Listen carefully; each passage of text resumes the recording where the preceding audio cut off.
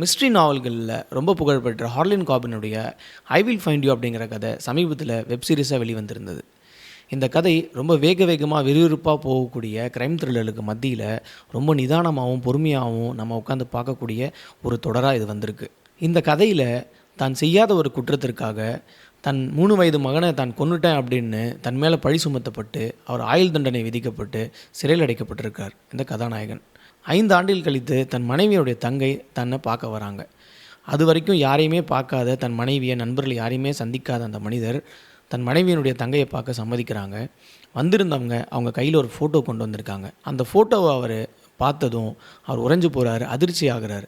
அப்படி அவர் என்னத்தை பார்த்து அதிர்ச்சி ஆகிறார் அப்படின்னா, தன் இறந்து போனதா இரத்த வெள்ளத்தில் இருந்த தன் மகன், இறந்து போன தன் மகனை அவர் அந்த ஃபோட்டோவில் உயிரோடு பார்க்குறார். அந்த நொடியில் அவர் உணர்றார், தன்னுடைய மகன் உயிரோடு இருக்கிறத ரொம்ப ஸ்ட்ராங்காக நம்புகிறார். இந்த ஜெயிலை விட்டு எப்படியும் வெளியே போயிட்டு என்னுடைய மகனை கண்டுபிடிச்சி அவனோட நான் இருக்கணும் அப்படின்னு அவர் அந்த கணத்தில் நினைக்கிறார். நினச்ச மாதிரியே அந்த சிறையை விட்டு அவர் தப்பிச்சும் போகிறார். தப்பிச்சு போனதுக்கு பிறகு தன்னுடைய மகனை அவர் சந்திச்சாரா, கண்டுபிடிச்சாரா, ஒருவேளை அந்த ஃபோட்டோ பொய்யா என்ன, இது எல்லாமே சேர்ந்தது தான் இந்த கதை.